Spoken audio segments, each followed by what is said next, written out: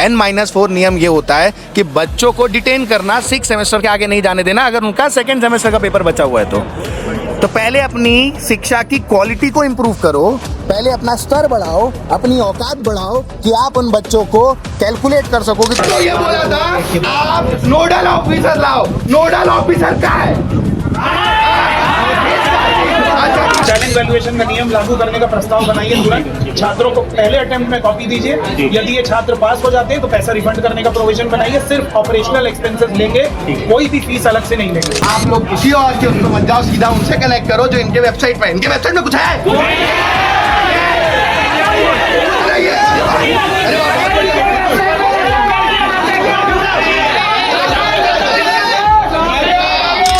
Transparency छोड़ो, nodal अधिकारी जैसे छोटा चीज आप घोषणा नहीं कर पा रहे हो तो ट्रांसपेरेंसी दूर की बात है, यहाँ आपने को क्या सालों साल बैठना पड़ेगा? आप लोगों पे नजर रखी जाएगी। जो अगर आप लोगों ने हम तक बात कर दी तो ये कहाँ जाएंगे सर? कहाँ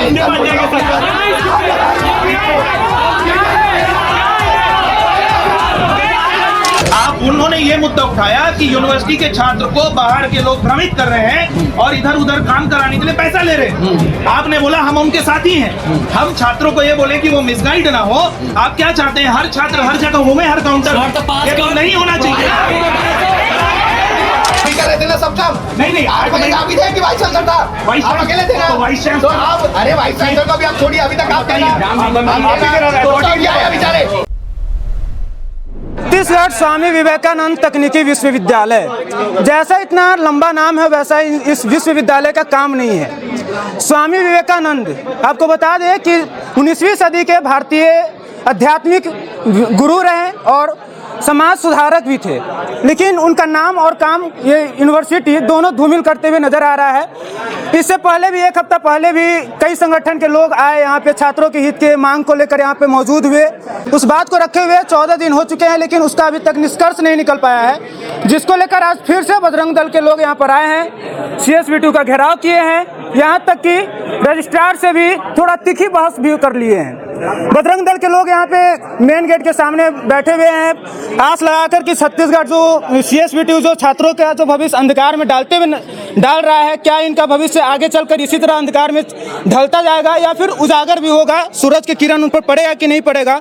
रोहित भाई, क्या हुआ आज CSVTU के सामने बैठ गए, रजिस्ट्रार से थोड़ा तिखी बहस हो गई। इससे पहले भी संगठन को लोग आए यहाँ पर, छात्रों के हित में मांग की, लेकिन कुछ निष्कर्ष नहीं निकल पाया। क्या कुछ बात क्या सर? ये सेम चीज़ हम लोग 2 हफ्ते पहले भी रखे थे, शायद आप भी आए थे और आपसे भी बात हुई थी। आपने भी देखा था कि उस समय इन्होंने कई सारे आश्वासन दिए थे कि हम ये कर देंगे, हम वो कर देंगे, हम ये नोटिस निकाल देंगे, नोडल ऑफिसर बना देंगे, दुनियादारी फलाना ठिकाना बहुत चीज़।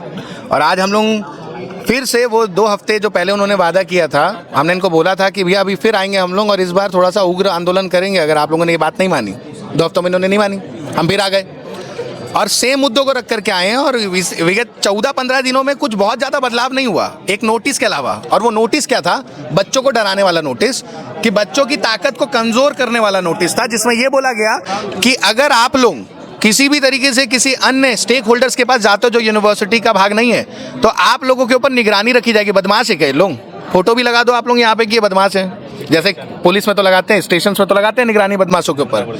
तो ये चीज़ें किस तरफ इशारा करती है कि बच्चों की ताकत को रोक रहे हैं। अब हम क्या मांग रहे हैं? हम तो ये मांग रहे हैं कि RRB का रिजल्ट सही समय में ला दो। नहीं ला सकते तो बैठे क्यों?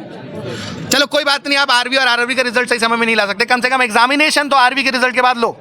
जो सप्लीमेंट्री का फॉर्म होता है वो RRB के रिजल्ट के आने के बाद जो बच्चे फेल हो जाते हैं उनको ये मौका नहीं मिल पाता है, उसके बाद लो।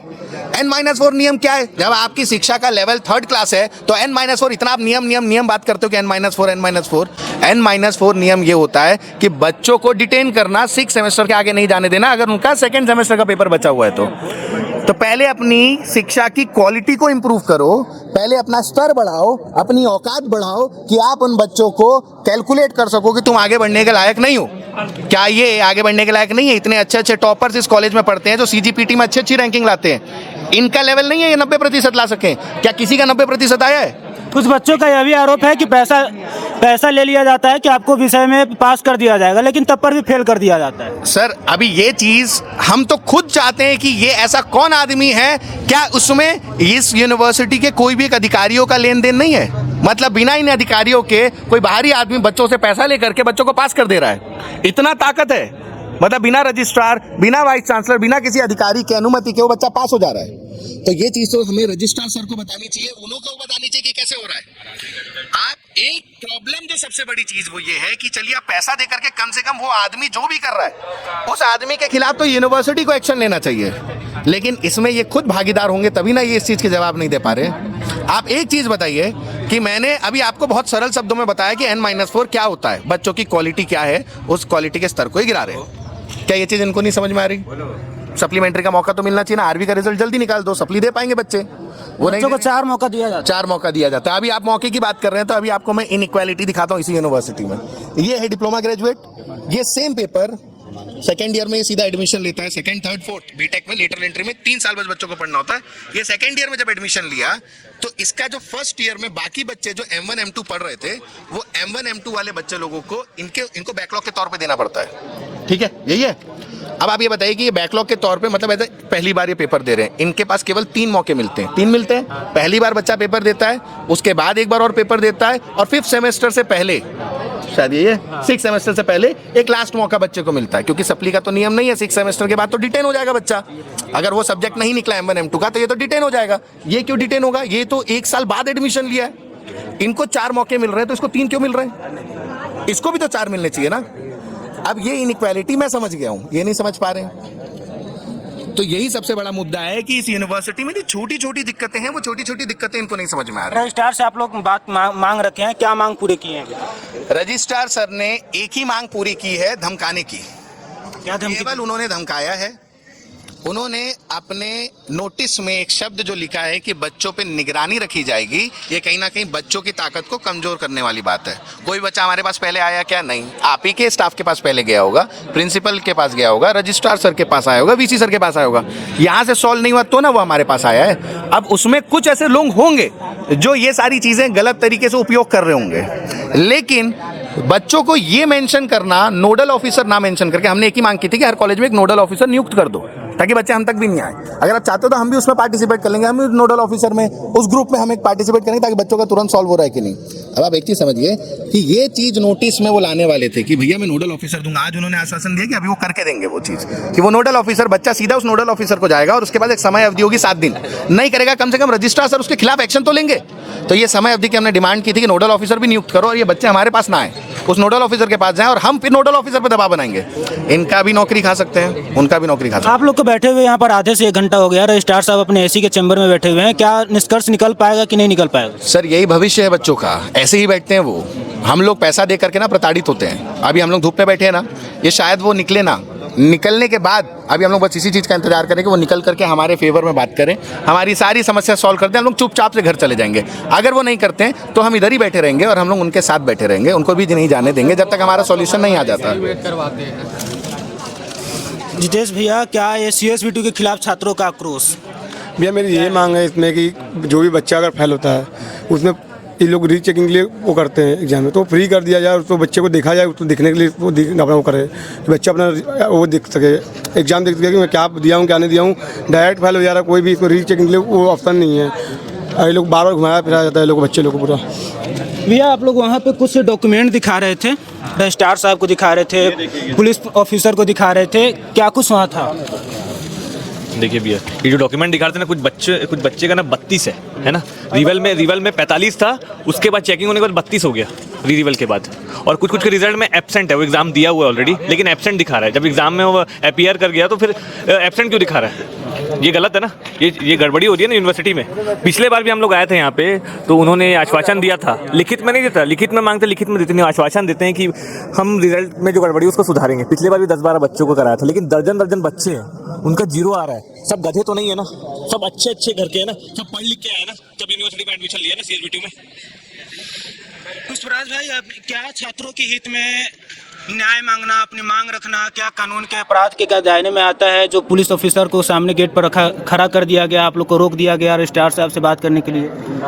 क्या है कि जब छात्र चुपचाप बैठे रहेगा कॉलेज में और बैठ के अपनी सारी चीज़ों को बताएगा कि सर मेरे को ये दिक्कत है, सर मेरी ये दिक्कत है, ये मेरा लेटर है, इसको आप देखिए, इसका फैसला कीजिए, तब तक वो बच्चा बहुत अच्छा है। लेकिन जब वो बच्चे की परेशानी का हल नहीं निकलता है तो कोई बच्चा अपने पर तेल छीट लेता है और कोई बच्चा यहाँ आंदोलन करने के लिए जब खड़ा होता है तब ये लोगों को लगता है कि नहीं वो अपराधी है, उसके लिए पुलिस को बुलाना पड़ेगा, मेरे को सुरक्षा रखनी पड़ेगी, नहीं तो वो बच्चा मेरी सारी मतलब कुछ नुकसान पहुंचा सकता है। तो भाई आप लोग अपनी चीज़ों में ट्रांसपेरेंसी रखिए। अगर वो बच्चा बोल रहा है कि मैं आप लोग मेरे को फेल किए हो, मैं मानने के लिए तैयार हूँ मैं फेल हूँ, तो आप लोग उसके पेपर खुलवा के उसको दिखा दीजिए कि हाँ इस चीज़ों के लिए फेल है। ये तो सारी यूनिवर्सिटी करती है, हर जगह नियम है कि अगर बच्चे को उसकी मांग है कि मैं अगर पेपर में फेल हुआ सेटिस्फाइड नहीं है क्योंकि उसने पढ़ा है और पेपर में लिख के आया है, तो उसको ये ऑप्शन तो मिलना चाहिए ना कि मैं अपने पेपर को देख सकूं। तुम टेक्निकल यूनिवर्सिटी हो, तुम्हारी इतनी टेक्निकल गलतियां होती है, तुम अपनी यूनिवर्सिटी होने के बाद तुम जो वेबसाइट नहीं क्रिएट कर पा रहे वो बच्चा क्रिएट कर दे रहा है जिस पर डिग्री नहीं है, तो तुम लोग यहाँ किस लिए बैठे हो? तो अगर तुम छात्रों के हित में काम नहीं कर सकते हो तो आप अपनी कुर्सी छोड़ दीजिए, छात्र अपने चुनाव से दूसरा चांसलर ला लेंगे। आप लोग की कितनी मांग थी आज? आज हमारी 5 मांग थी और जब तक वो मांग पूरी नहीं होगी, चाहे वो आज बैठना पड़े, कल बैठना पड़े या परसों बैठना पड़े, 3 दिन तक 4 दिन तक हम लोग यहीं बैठे रहेंगे। भले हम लोग 10 की संख्या में बैठे चाहे 20 की संख्या में बैठे, छात्रों को एग्जाम होगा, छात्र घर जाएंगे, हम यहीं बैठे रहेंगे। अभी तक कितनी मांग पूरी हुई है? अभी 3 का आश्वासन दिया है, अभी 2 बचे हुए। कौन कौन सा आश्वासन दिए?